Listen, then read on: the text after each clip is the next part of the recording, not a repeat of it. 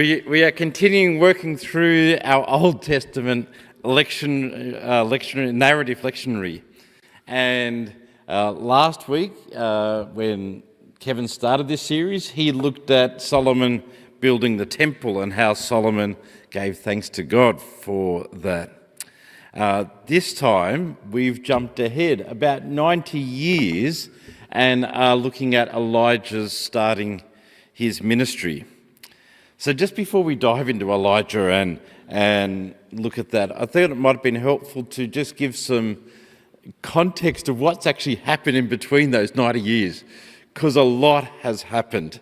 So King Solomon building the temple was probably the highlight or the high point of Solomon's kingship.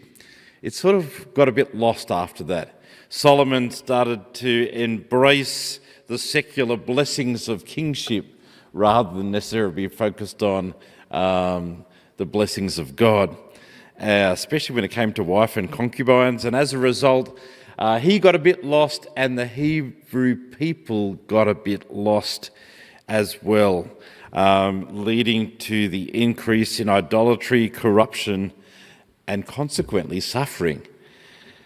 So when Solomon died, there was some division or arguments about who was going to be the next king.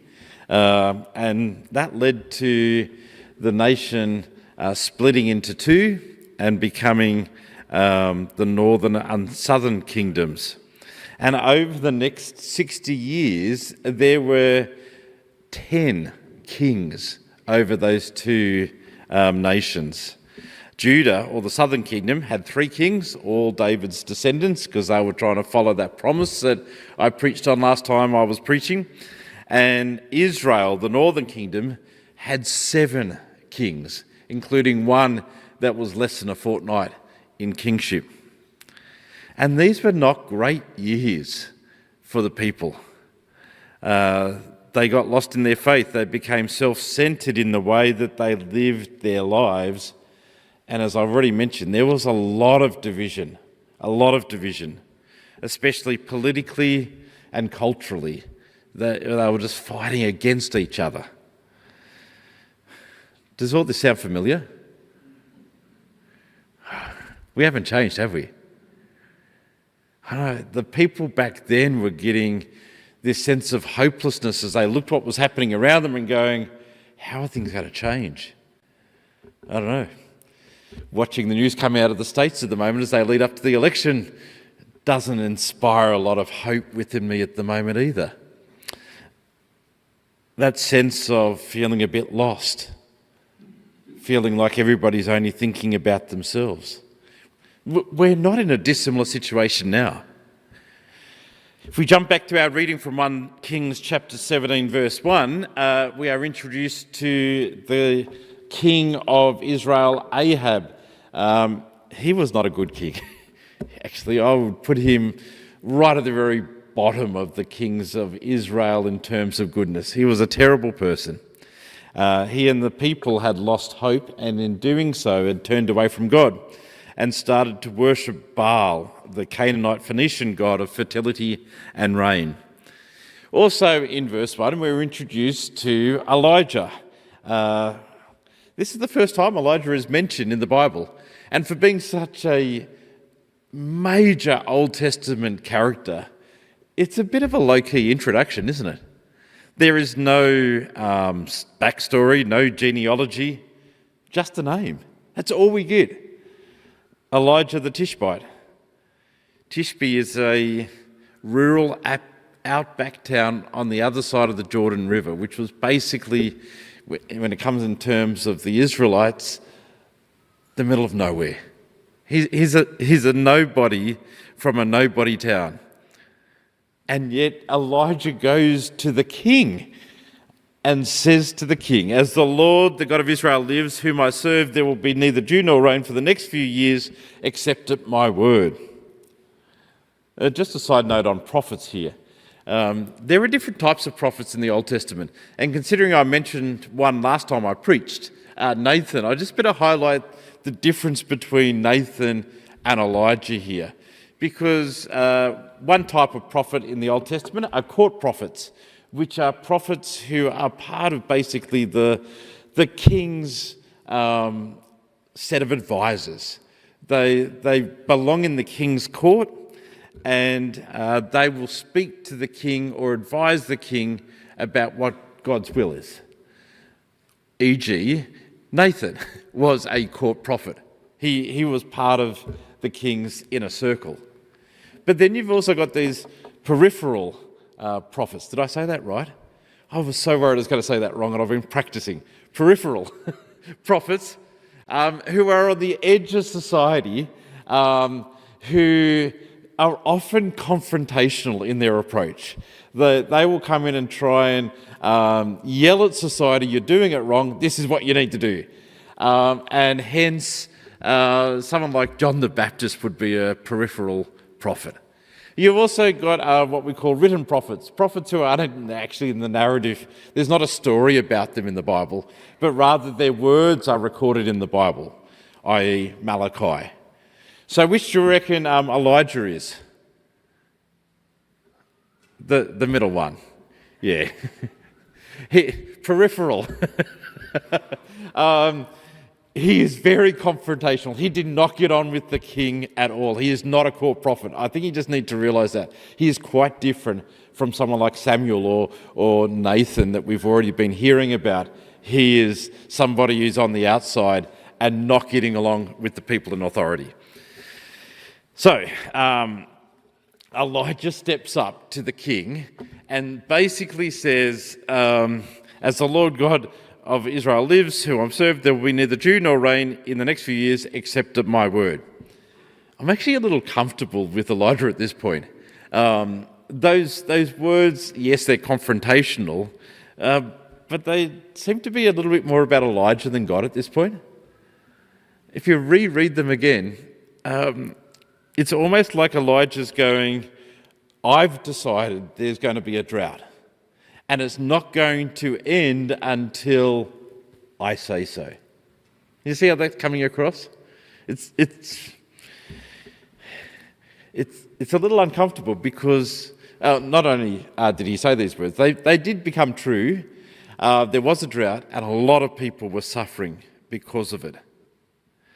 In verse 2, a little bit like Nathan last time I preached, God starts speaking in verse 2, not 1.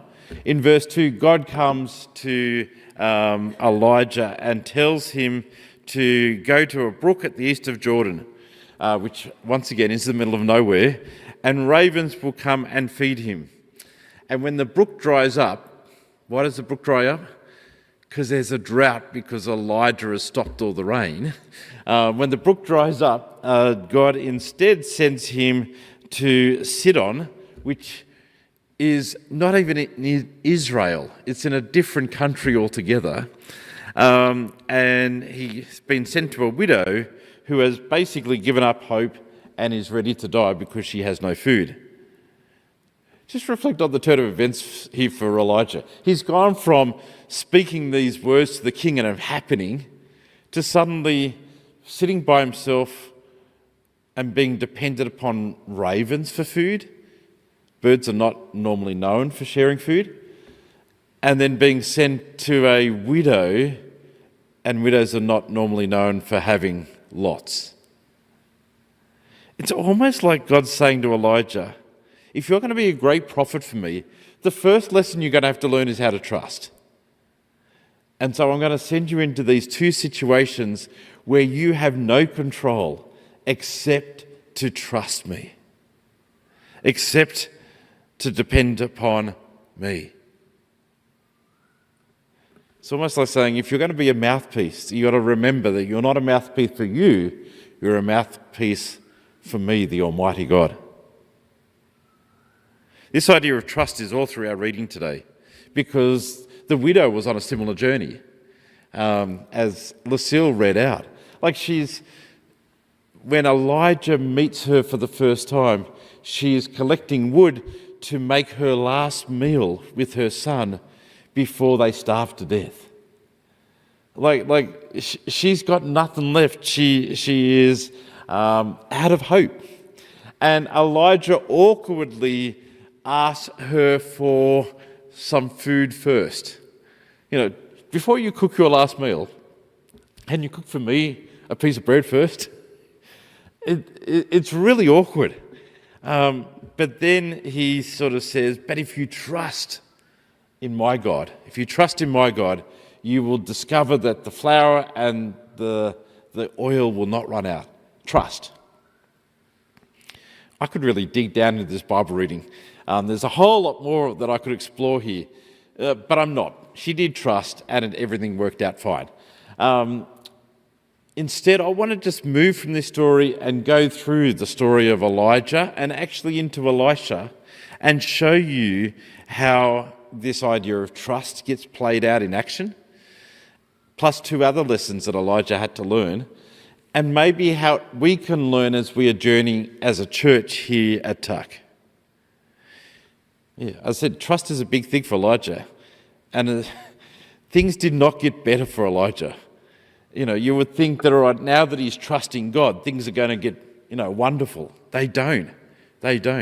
Immediately after this reading, what happens next? The widow's son dies. We're not even told how he dies, but he dies, and Elijah goes to God and sort of goes, what's going on here? I'm trusting you. I'm doing what you asked me to do, and then this happens. I don't understand. What's going on here? Elijah does continue to trust in God and prays, and the son comes back to life again. But in the next chapter, 1 Kings chapter 18, is the story of Elijah and Mount Carmel. Do you know this story? When the prophets of Baal and Elijah challenge each other to a prayer off and see which god first sends fire down. It's all about trusting in your God again. Spoiler alert, it was Elijah's one true God who burnt the sacrifice in the altar and excessively showed the power on that day. And so you would think by this time, everything's working out for Elijah. But no, everyone turns against Elijah at this point. And even though Elijah at this point does break the drought so they've got rain again, Queen Jezebel, who is married to King Ahab, the bad king, puts a kill order out on Elijah, basically saying this person must die.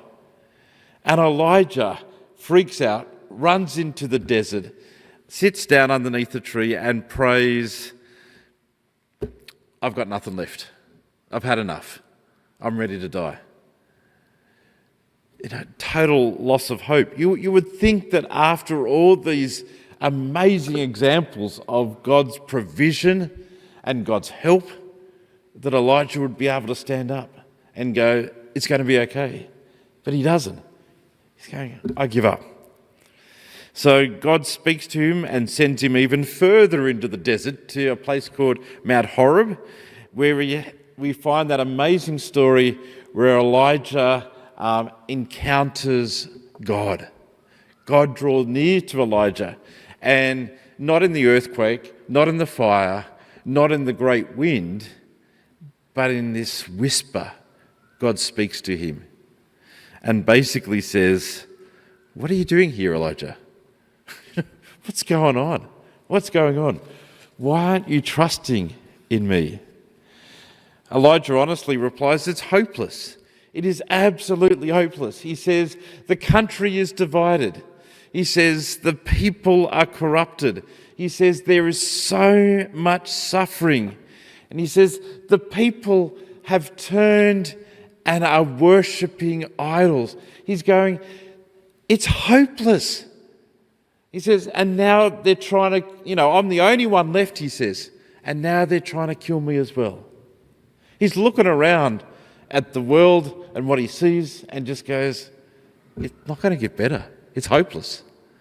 A bit like the way I'm looking at the American election this week and going, I've got no idea how it's going to get better. It's so divided. It's so full of hate. I don't know how it's going to get better. And how is that going to play out across the world? I don't know. Elijah's doing the same thing. I'm the only one left. I give up. Unfortunately, I've already put the next part of the screen up, so you already know what comes next. Because God speaks back and goes, lesson number 2, Elijah, you're not alone. You're not alone.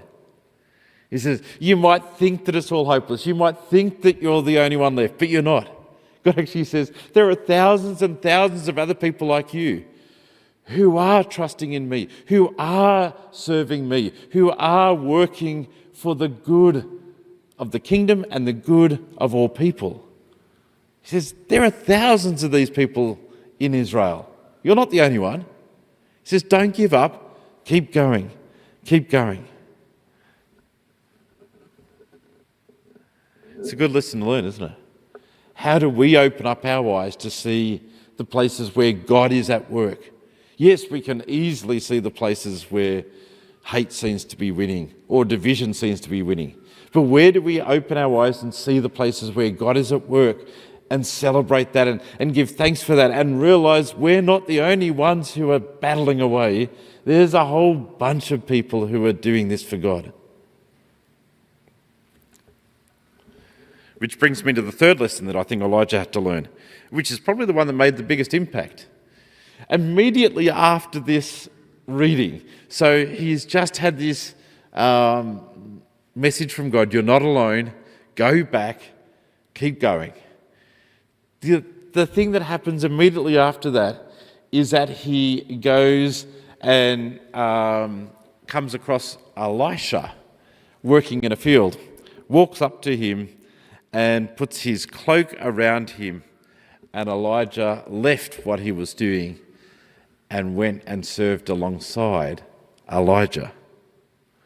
Elijah sort of realised that he was not alone, and part of enlarging his understanding of where God was at work was to see God at work in the next generation that was around him. Elijah saw God at work in Elisha and made the commitment to be a part of that.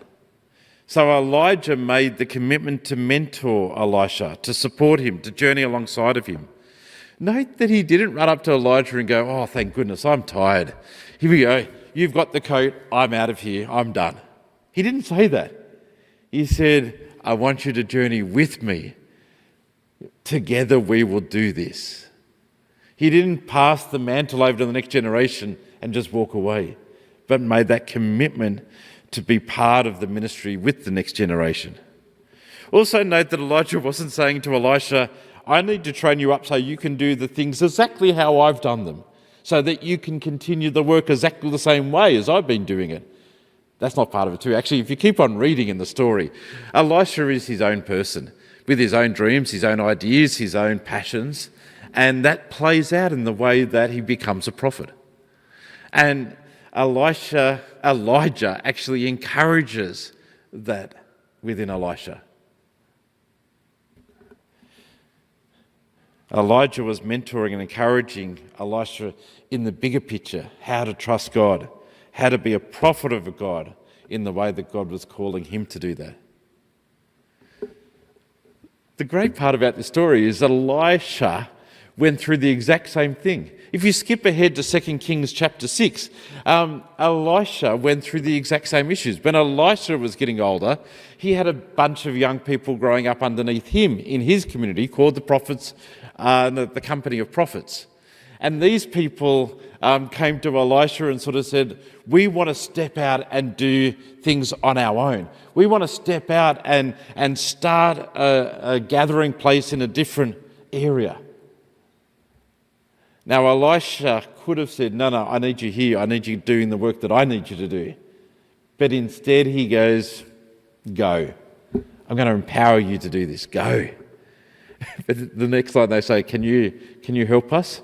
Can you come with us for a bit? Can you give us what we need? And Elisha says, of course we will. Of course we will. We're not just going to send you off and forget about you. Of course we're there for you.